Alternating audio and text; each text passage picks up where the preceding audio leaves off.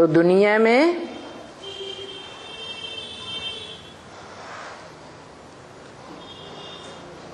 सारे ही सृष्टि चक्र में 84 जन्मों के चक्र में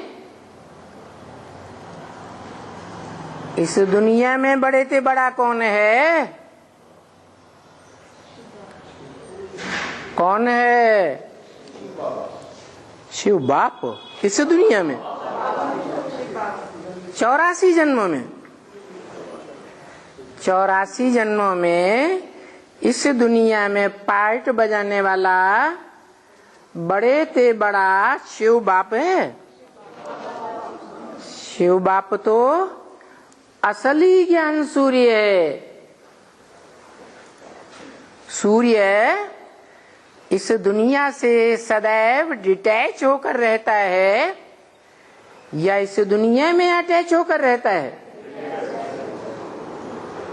सदा डिटैच होकर रहता है। सूर्य के ऊपर कोई का अटैचमेंट नहीं होता।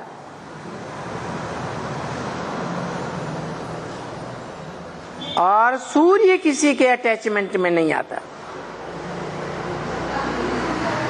अगर कोई आता भी है तो वो एक ही है जो सूर्य के अटैचमेंट में आता है। जो सूर्य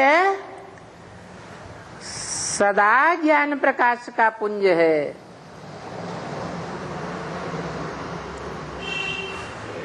अकूट ज्ञान का भंडार है। उस अकूट ज्ञान के भंडार से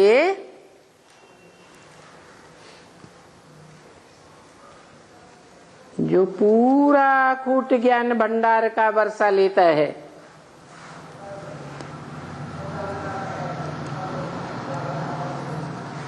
वो कौन है?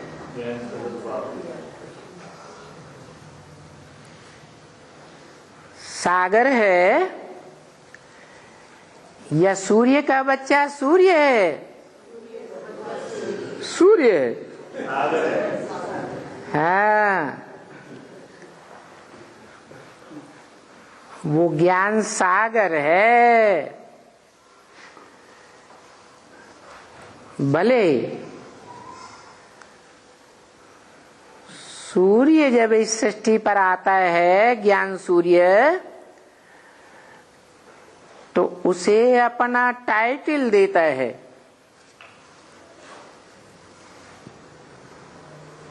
सूर्य का बच्चा सूर्य।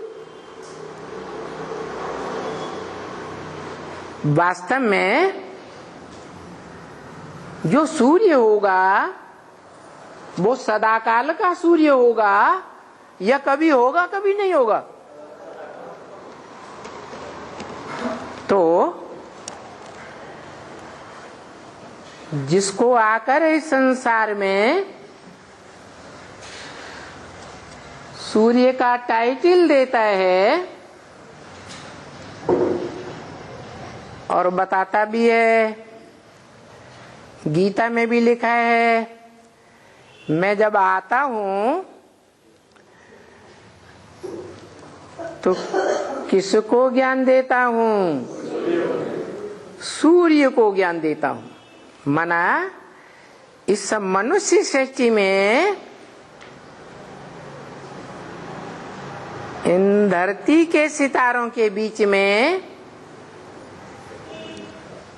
कोई सूर्य के मानिंद पार्ट बजाने वाला है?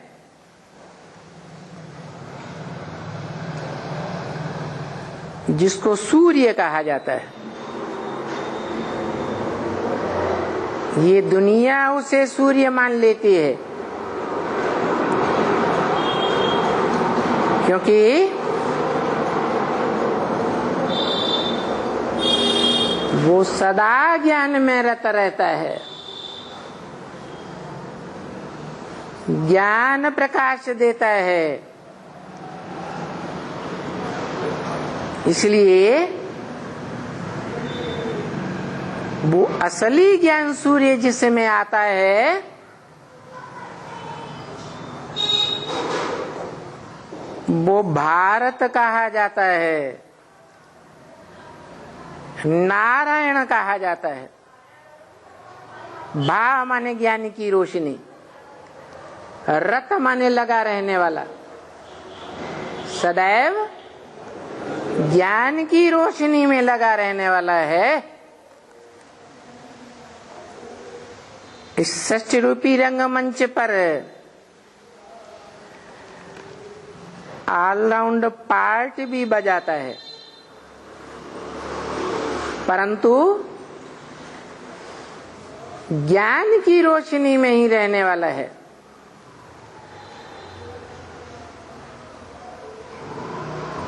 जब अज्ञानी बनता है तो दुखी होता है, और बोला है ब्रह्म वाक्य मुरली में बोला है, कोई कोई बच्चे ऐसे भी हैं, कोई कोई जो 82-83 जन्म में भी सुख में रहते हैं,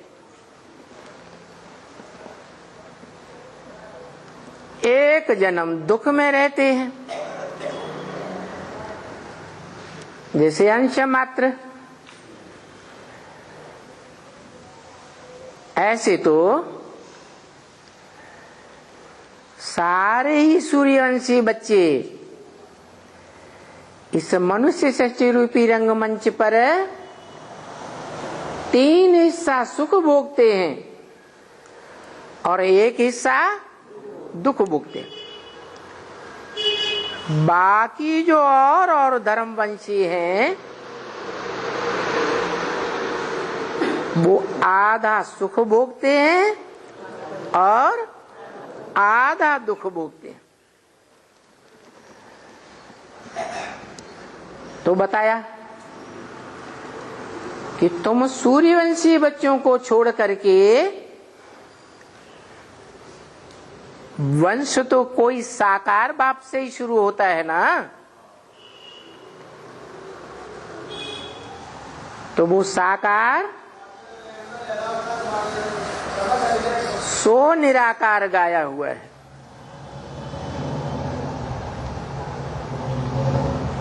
इस सृष्टि रूपी रंगमंच पर साकार पार्टधारी तो है, आदि से लेकर अंत तक साकार पार्टधारी। शरीर से पार्टधारी है, परंतु एक टाइम ऐसा भी आता है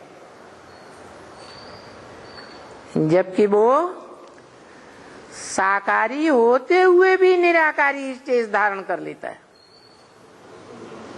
किसके संग के रंग से? जो निराकार आत्माओं का निराकार बाप है, सदा निराकार है, उस निराकार की निरंतर याद की प्रैक्टिस से साकार होते हुए भी निराकारी बन जाता है, और तब तक निराकारी बन जाता है जब तक इस मनुष्य सृष्टि रूपी रंगमंच पर कोई भी देवात्माएं निराकारी स्टेज में रहती है, तब तक निराकारी स्टेज में ही रहता है। मना देवात्माएं ज्यादा से ज्यादा इस रंगमंच पर कितने समय के लिए निराकारी रहती हैं? 2500 वर्ष। परंतु वो तो सब बच्चे हैं, देवात्माएं भी बच्चे हैं इस मनुष्य सृष्टि में। सुधरे हुए हैं या बिगड़े हुए मनुष्य हैं? है 2500 वर्ष तक सुधरे हुए मनुष्य देवता कहे जाते हैं। देवता क्यों कहे जाते हैं? देने की इच्छा रखते हैं, लेने की इच्छा नहीं रखते। ऐसा है, ऐसा है। राधा कृष्ण जो सृष्टि के पहले पत्ते माने जाते हैं, वो एक दूसरे से सुख लेने की इच्छा रखते हैं या देने की इच्छा रखते हैं? लेते नहीं है, हैं? अगर लेते नहीं है तो नीचे कैसे गिरते हैं?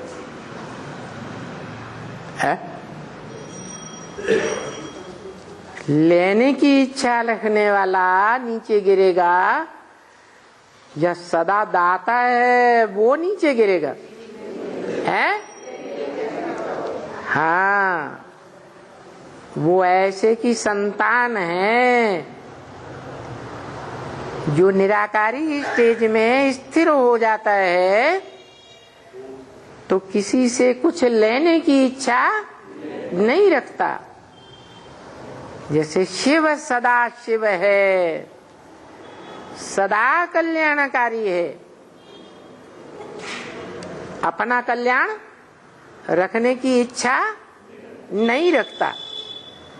ऐसे ही उस निराकारी बाप का जो पहलौटी का बड़ा बच्चा है, उसमें भी ये शक्ति आ जाती है क्या कि देता है, लेने की इच्छा नहीं रखता। लेने की इच्छा देहधारी रखते हैं जिनमें कम से कम अंश मात्र देह का अंश जरूर रहता है।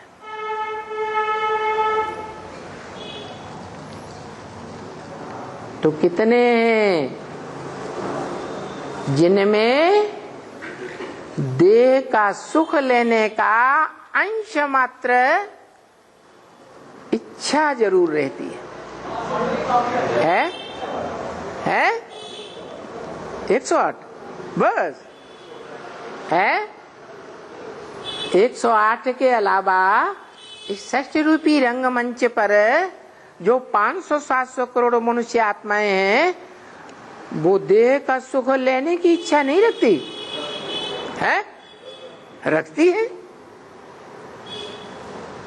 तो इच्छा मात्रम अविद्या क्यों बताया ब्रह्म वाक्य में?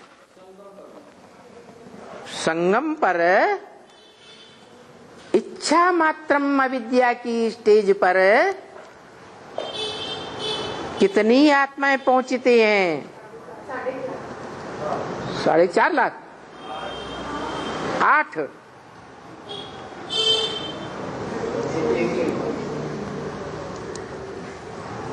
इच्छा मात्रम अविद्या का मतलब कोई इच्छा नहीं, अंश मात्र भी इच्छा नहीं, कोई साकार से कुछ भी लेने की इच्छा नहीं। बोलो।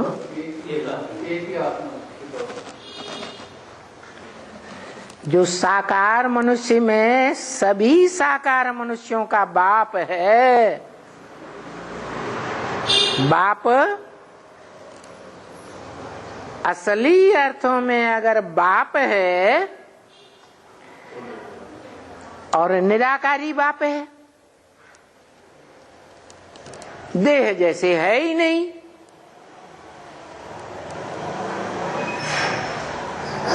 उसका यादगार क्या है? शिवलिंग। कैसा लिंग? शिवलिंग। क्या मतलब हुआ? शिव का लिंग। शिव का लिंग होता है? शरीर होता है? शरीर ही नहीं होता। वो कौन? वो शरीर नहीं होता है, शिव। जिसका शरीर ही नहीं होता और कभी भी नहीं होता। इस साकार मनुष्य सृष्टि पर आता भी है तो भी उसका अपना शरीर नहीं होता जो गर्भ से जन्म लेने वाला हो। सूक्ष्म शरीर भी नहीं होता, स्थूल शरीर भी नहीं होता, इसलिए उसकी आत्मा का ही नाम शिव है। और जो भी आत्माएं हैं इस मनुष्य सृष्टि रूपी रंगमंच पर, उनकी आत्मा का नाम होता है या शरीर का नाम होता है? उन सब का शरीर का नाम होता है। तो जो आत्मा आत्मा भाई भाइयों के बीच बड़ा भाई है, उसको भी अपना शरीर होता होगा या नहीं होता होगा? होता है। फिर तो जिसको देह है वो देहधारी इच्छा नहीं करेगा, देह की सुख की इच्छा नहीं करेगा,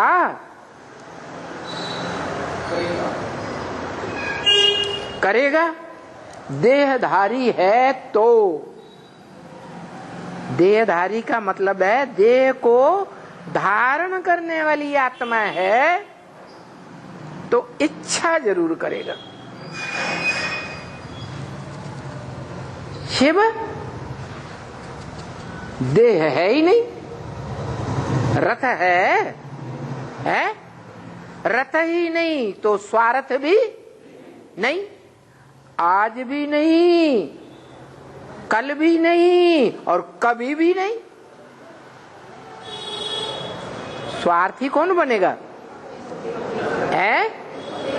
जिसको अपना रथ होगा वो स्वार्थी बनेगा। तो आत्माओं का बाप है, उसको रथ नहीं है, वो स्वार्थी नहीं है, लेकिन मनुष्य सृष्टि तो रचने का निमित्त तो है आत्मा। मनुष्य सृष्टि रची ही तब जा सकती है जब मनुष्यों में मन बुद्धि होती है।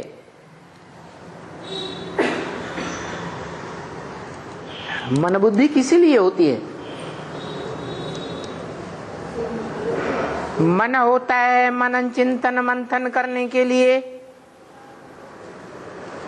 और जो मनन चिंतन मंथन किया है राइट या रंग, उसको फैसला किया जाए कि जो मनन चिंतन मंथन किया है या जो भी संकल्प विकल्प चला है उसमें राइटियस क्या है,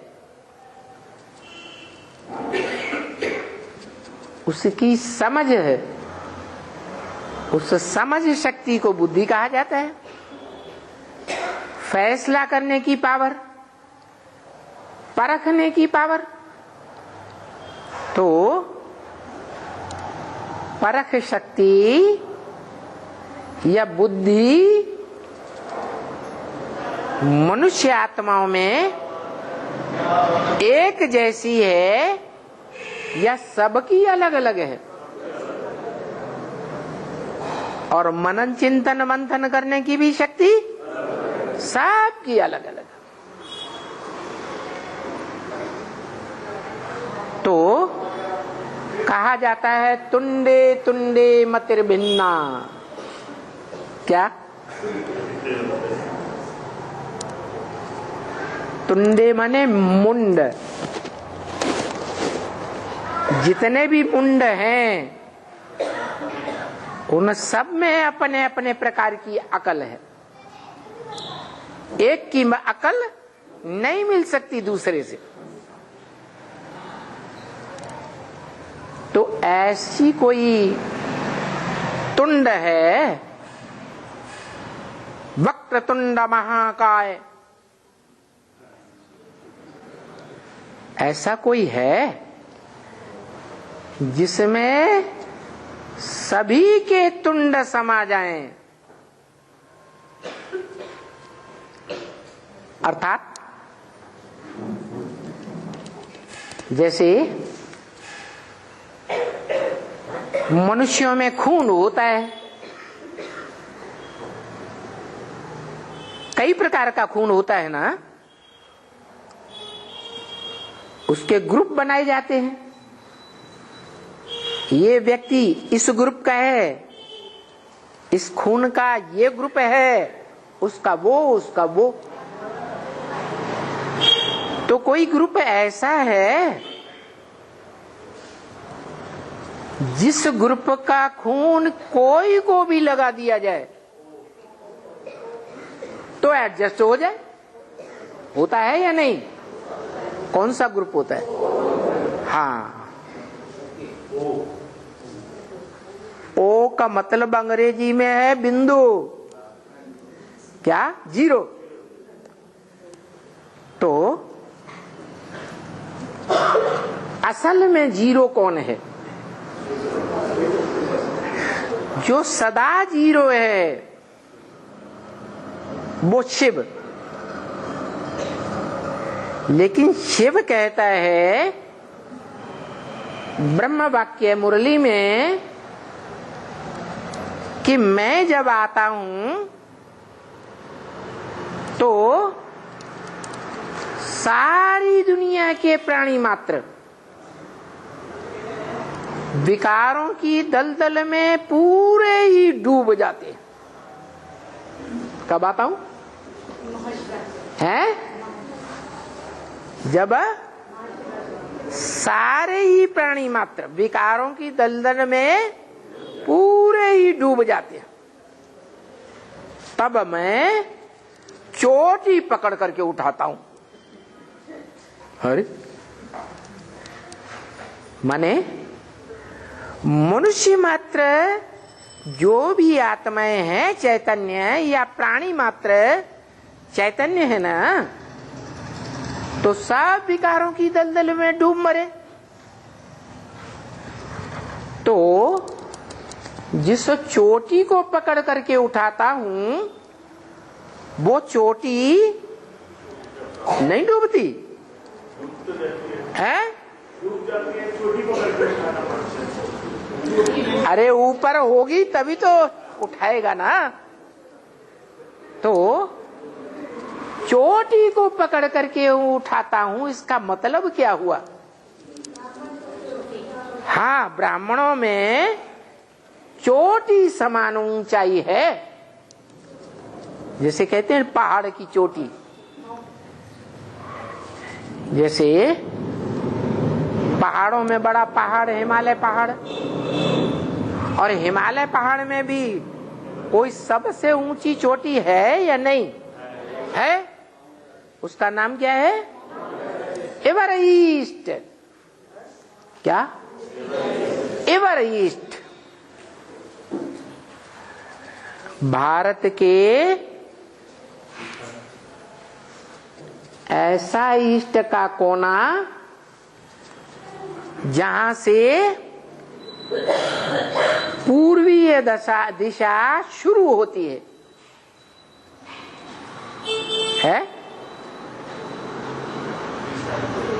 दिशा पूरब, लेकिन पूरब की दिशा कहीं से शुरू होती है और कहीं अंत होती है।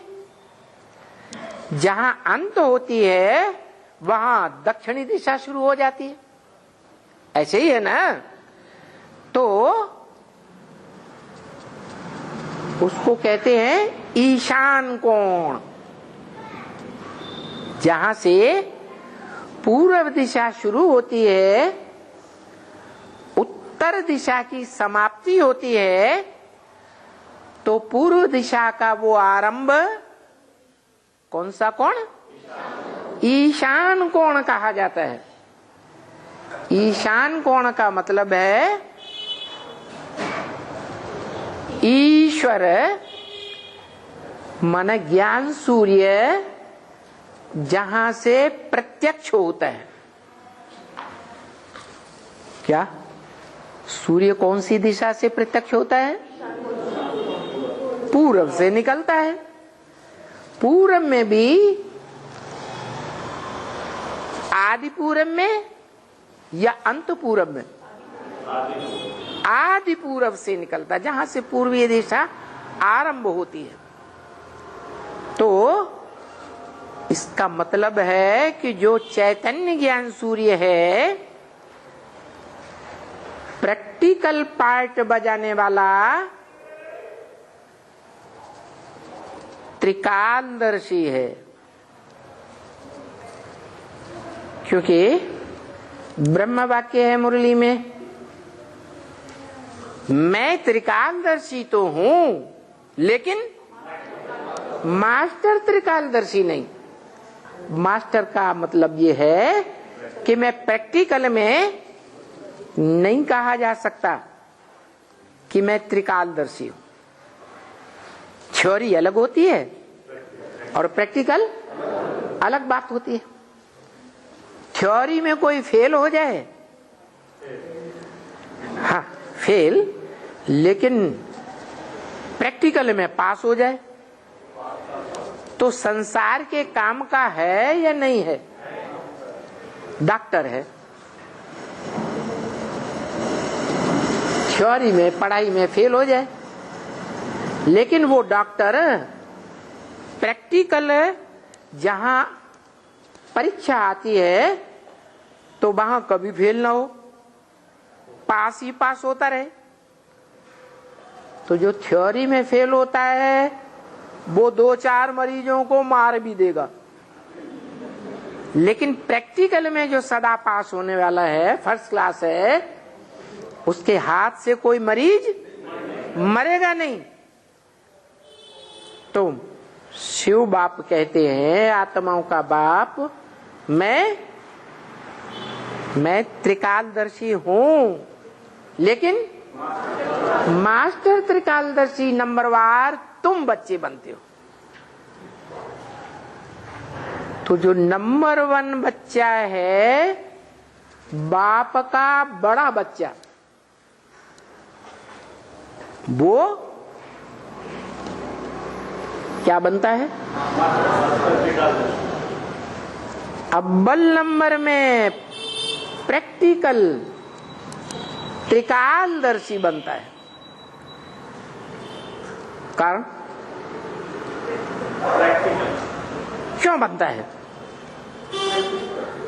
और क्यों नहीं बन सकते?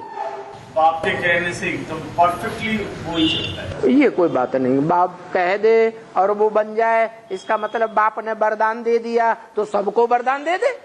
बाकी सारे नहीं चलते हैं, बाकी सारा 100% नहीं चलता है बाप के कहने से। बाप के कहने से वो क्यों चलता है? वो ही क्यों चलता है? मनुष्य सृष्टि का बीज रूप है। तो और बीज नहीं होते मनुष्य वो वृक्ष में? और बीज नहीं होते हैं क्या? अरे वो अकेला बीज है क्या? बीज तो अनेक है ना।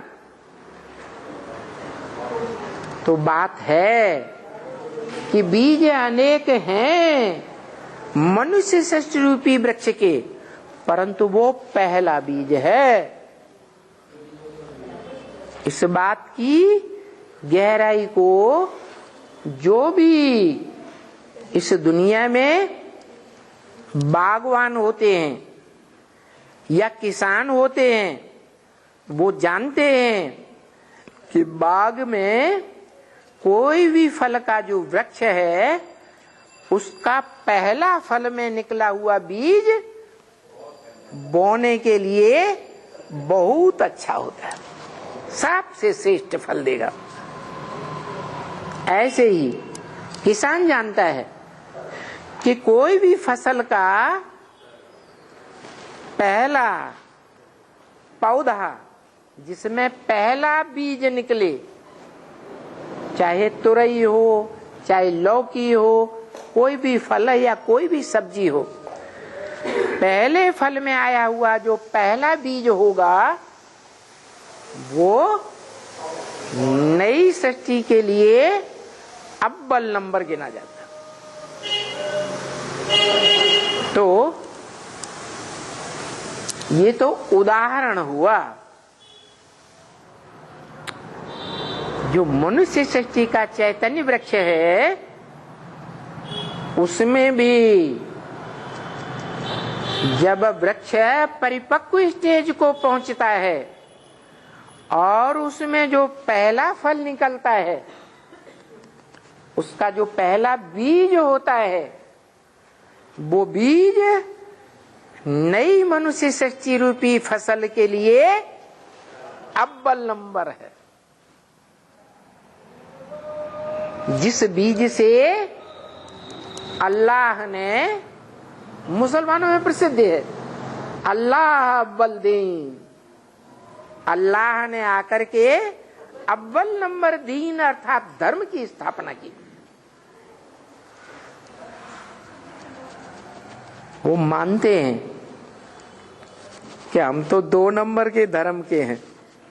क्या इस्लाम धर्म दुनिया का दूसरे नंबर का धर्म है या अव्वल नंबर है? दूसरे नंबर का है।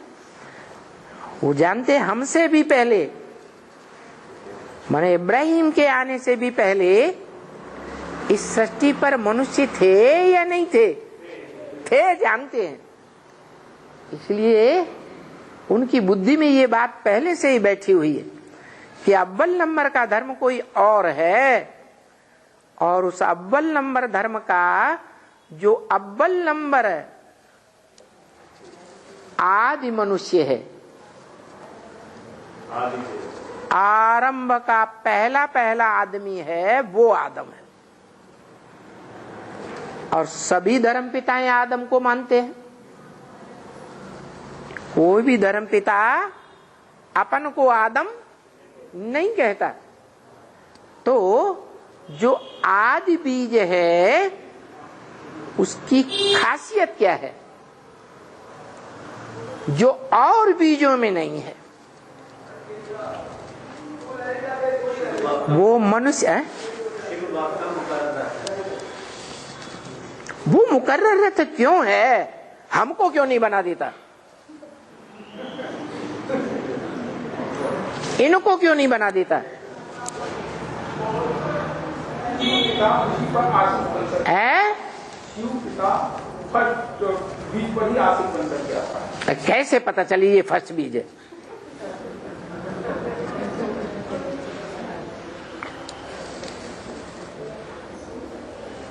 इसलिए कि शिव बाप की बड़े ते बड़ी क्वालिटी है त्रिकालदर्शी। क्या? त्रिकालदर्शी, तीनों काल का ज्ञाता, भूत भविष्य वर्तमान तीनों काल का ज्ञाता। तो प्रश्न पैदा होता है किसके तीनों काल का ज्ञाता क्या है? बड़े बच्चे की तीनों काल को जानता है। हाँ, इससे मनुष्य सृष्टि का जो भी चक्र है उस चक्र में कोई है जिसके तीनों काल भूत भविष्य वर्तमान उसकी बुद्धि में आ जाता है। जब वो तीनों कालों को क्रॉस करता है मनुष्य सृष्टि का वो बीज जो अव्वल नंबर बीज है, जब तीनों कालों को क्रॉस कर जाता है तो उसकी बुद्धि में त्रिकालदर्शिता का ज्ञान आता है।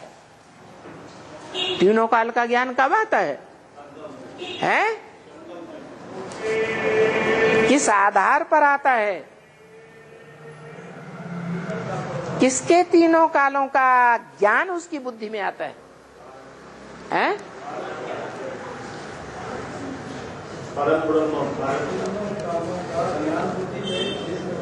हाँ, कोई है ना जिसके तीनों काल का ज्ञान उसकी बुद्धि में आ जाता है। जब तक वो तीनों काल क्रॉस न करे, वो अव्वल नंबर का बीज मनुष्य सृष्टि का तीनों काल क्रॉस न करे, तब तक उसकी बुद्धि में त्रिकालदर्शिता का ज्ञान नहीं कहा जाएगा। कहा जाएगा? नहीं कहा जाएगा। तो तीनों काल का ज्ञान जब उसकी बुद्धि में आ गया, तो इस षष्ठी रूपी रंगमंच पर वो पहचानता तो है ना कि कौन सी मनुष्य आत्मा है जो तीनों काल का चक्कर क्रॉस करके त्रिकालदर्शी पहले बनेगी।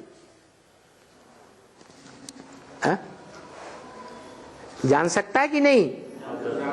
जानता है, एक ही है, कोई दूसरा है ही नहीं। तो उस एक पर ही फिदा होता है।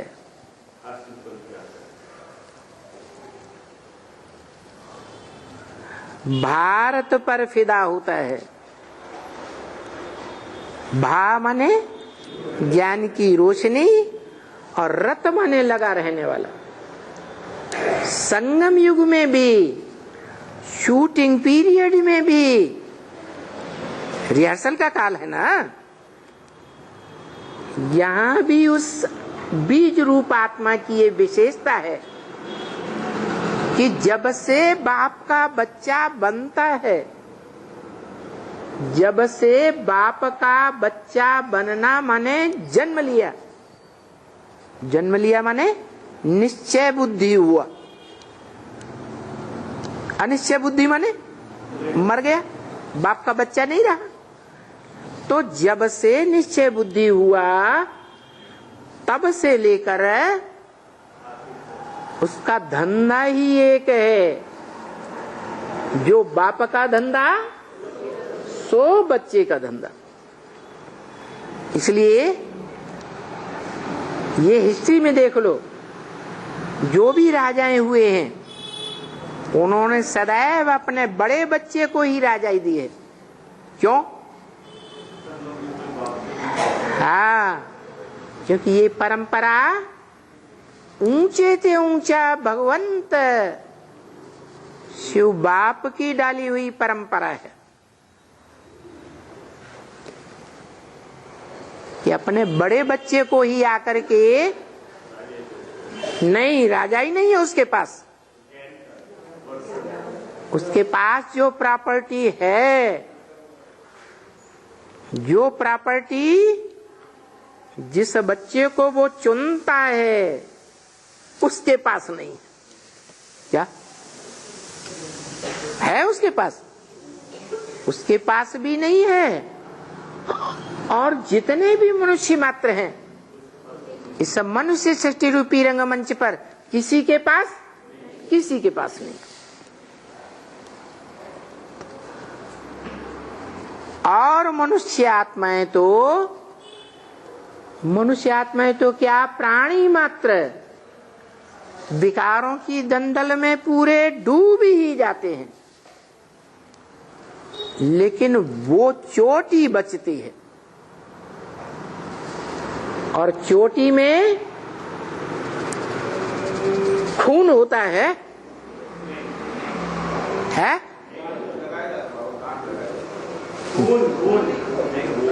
गांठ की बात नहीं, खून होता है। खून नहीं होता। खून भी दो तरह का, एक जो स्थूल खून होता है, एक आत्मा का खून होता है। स्थूल खून स्थूल शरीर का, और आत्मा का खून है, उसे देह का खून नहीं कहेंगे, उसे कहेंगे संकल्पों का खून। वो भी दो प्रकार का होता है या नहीं? कैसे?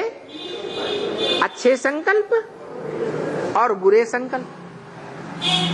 तो जो चोटी पकड़ करके खींचता है वो चोटी में ना अच्छे संकल्प ना बुरे संकल्प, संकल्प जैसे है ही नहीं। तो जड़ कहें या चैतन्य कहें? जड़। जड़ जर्जरीभूत माना चैतन्यता है या मुर्दा है? चैतन्य में है लेकिन पुराना है, बहुत पुराना।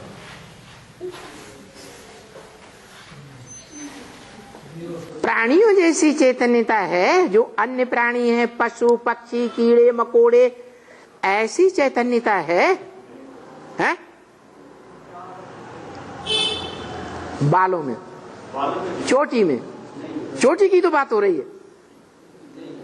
चोटी में बालों को जो चोटी कहते हैं, उनमें जैसे खून चलता रहता है ना, अच्छा हो या बुरा हो तो चलेगा। तो चैतन्यता है?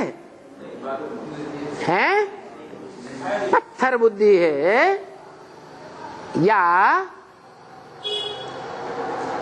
चंचल है? पत्थर है। बालों में नहीं कोई चैतन्यता, खून नहीं दौड़ता है। तो जो पत्थर जैसा बन गया अंतिम जन्म में, और मनुष्य मात्र इतने पत्थर बुद्धि नहीं बनते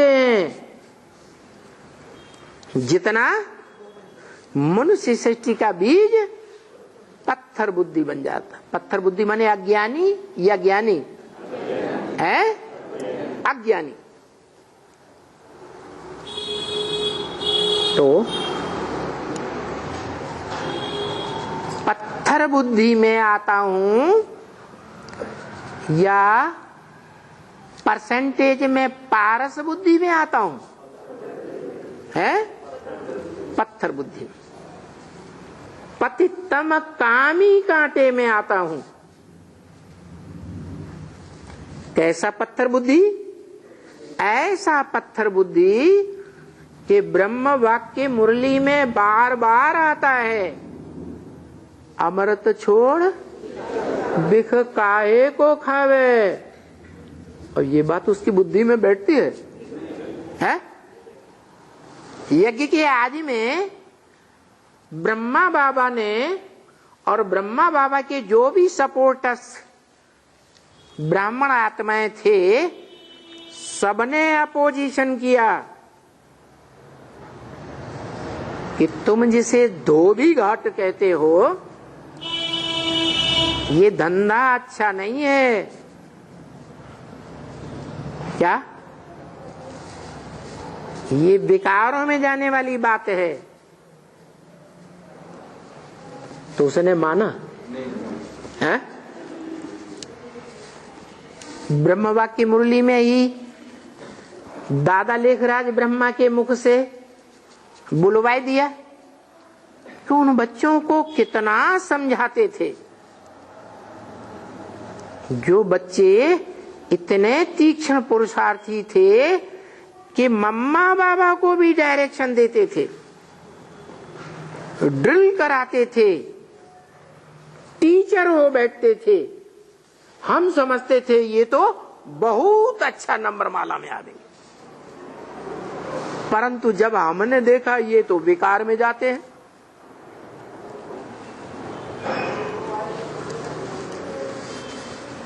तो हम उन्हें समझाने लगे,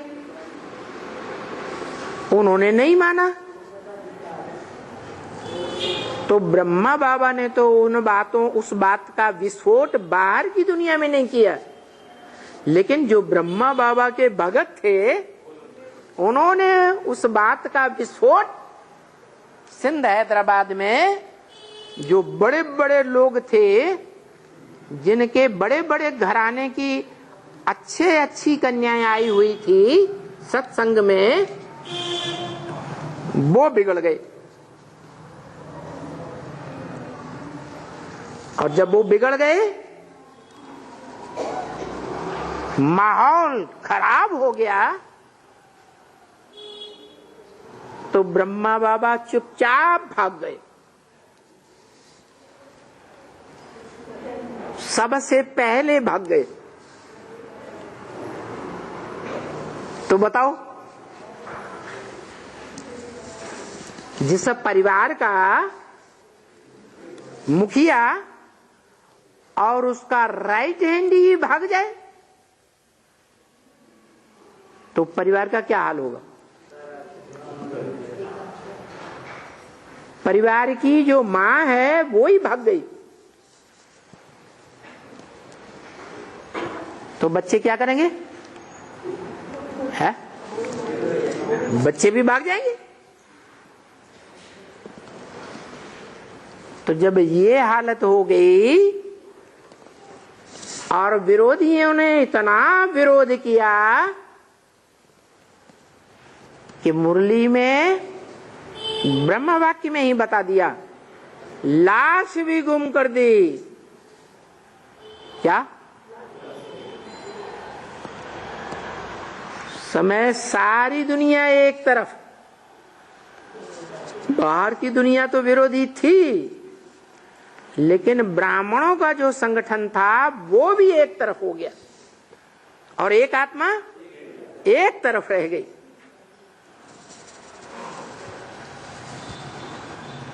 तो बताया, लाश गुम कर दी। क्यों? जब ऊंचे ते ऊंचे भगवंत का मुकर्रर रथ है तो उस रथ को, रथ का ध्वंस कैसे कोई ने कर दिया? है? ज्ञान नहीं था। है? उसका ज्ञान नहीं था प्रॉपर। हाँ जी, यज्ञ के आदि में उतना ज्ञान नहीं था जो ब्रह्मा बाबा को ये बात समझा सके। क्या? अंदर से पक्कापन था कि हम सही रास्ते पर हैं, लेकिन ज्ञान की इतनी गहराई नहीं थी जो इस बात को समझा सके। और ये बात ब्रह्म वाक्य मुरली में भी बोली है। क्या बोला है? याद आया? बोला है, कहते हैं शंकर का विष पीते पीते गला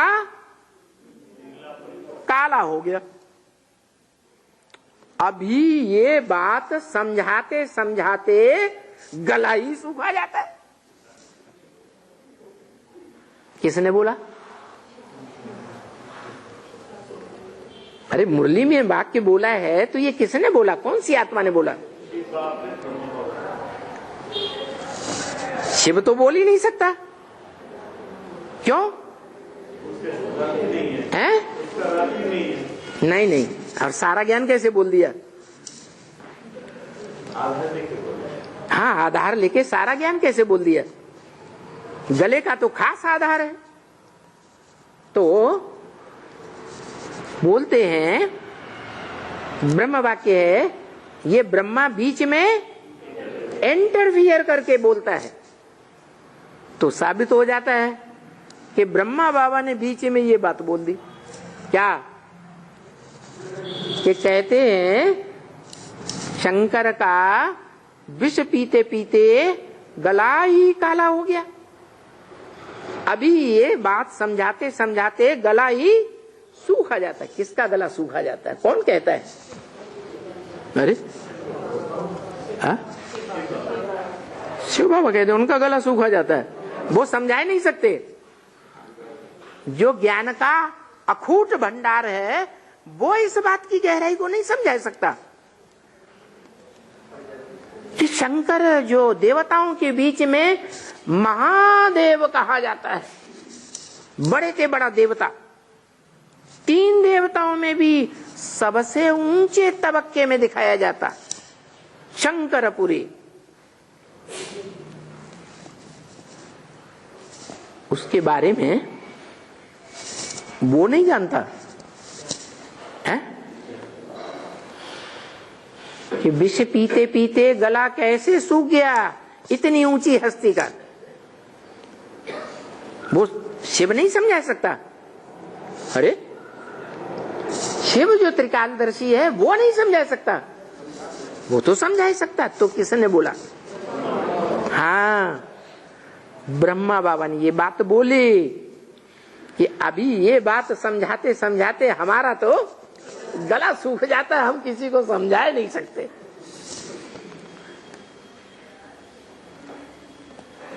तो देखो गहरी बात है ना, है? इसमें गुह्य राज है या नहीं है? गीता में ही लिखा है, गुह्यात गुह्यतरम ज्ञानम, गुह्य ते गुह्य राज समझाता हूं। ये राज की बातें बच्चा बुद्धि समझेंगे, है? बच्चा बुद्धियों की समझ में थोड़ा ही आएगा। जो सालिम बुद्धि होंगे उनकी ही समझ में आएगा। क्या? और जो धर्मों की आत्माएं हैं, जो धर्म बाद में आने वाले धर्म पिताएं हैं, वो धर्म पिताएं और उनके फॉलोअर्स इस गुह्य बात को न समझ सकते हैं, न दुनिया वालों को समझा सकते हैं। वो समझा ही नहीं सकते। अरे उनकी तो बात ही छोड़ो। जो भी भारतवासी विधर्मियों में, विदेशियों में द्वापर से कन्वर्ट होते रहे, चाहे वो उद्धार मूर्त बीज रूप आत्माएं हो और चाहे वो आधार मूर्त जड़ स्वरूप, जिन जड़ों का आधार लेकर वृक्ष खड़ा रहता है, वो जड़ स्वरूप आधार मूर्त आत्माएं हो। ब्राह्मणों की दुनिया में ही है दोनों प्रकार की आत्माएं। तो वो दोनों प्रकार की मनुष्य आत्माएं, उनमें अव्वल नंबर का कोई धर्म का ग्रुप है या नहीं? सूर्यवंश है। लेकिन सूर्यवंशियों में भी सब राज को समझने वाले हैं। अरे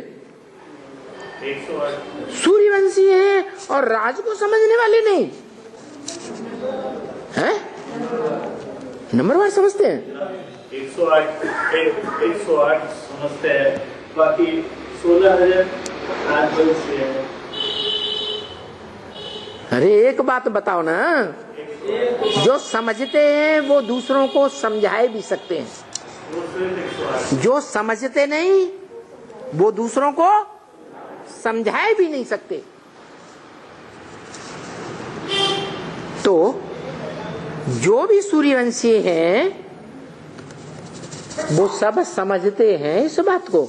एक पूरा समझता, बाकी नंबरवार समझता। अरे 108 समझता है। दूसरा कहेगा अरे 8 समझते हैं। तीसरा कहेगा अरे ब्रह्मा की 1000 भुजाएं समझते हैं। ऐसे समझने वाले जो खुद भी समझे और फिर दूसरों को समझा सके तो कहेंगे समझदार। अगर खुद समझ लेते हैं और दूसरों को समझा ही नहीं सकते तो उनको क्या कहेंगे? हैं? गूंगे कहेंगे या बोलते कहेंगे? वो तो गूंगे हो गए, गूंगे का गुड़ हो गया। गूंगा गुड़ खा ले और कोई पूछे ये गुड़ जो बात बता रहे हो, हम तो विदेशी आत्माएं हैं, हम तो चीनी खाने वाले हैं, हम तो जानते ही नहीं गुड़ क्या। अरे गुड़ कैसा होता है, अब गूंगा क्या बताए कैसा होता है। तो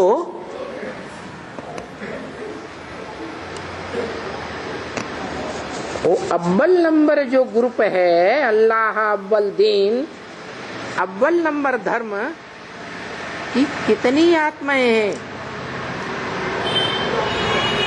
जो इस राज को दुनिया वालों को समझाएंगी और दुनिया वाले भी उस राज को समझेंगे और राजदार बनेंगे। परसेंटेज में राजयोगी बनेंगे, क्योंकि अपने अपने परिवार के राजा सभी होते हैं या नहीं होते हैं। अपने परिवार के बीच में जो परिवार का मुखिया है वो राजा होता है या नहीं होता है, होता है। तो वो तो अंश मात्र समझने की बात हुई।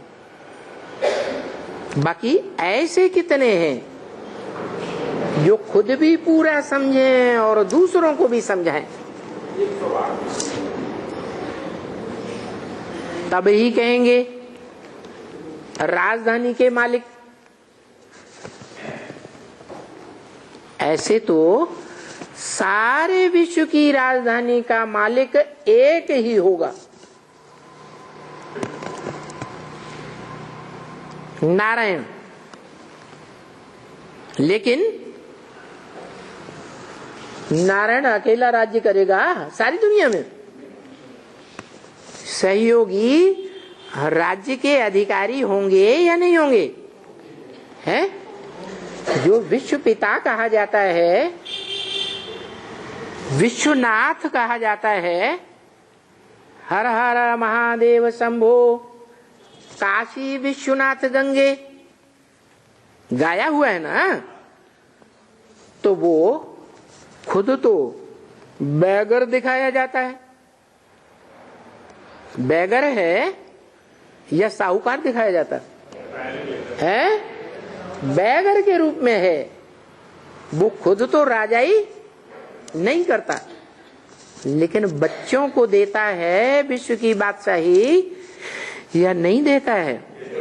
देता है।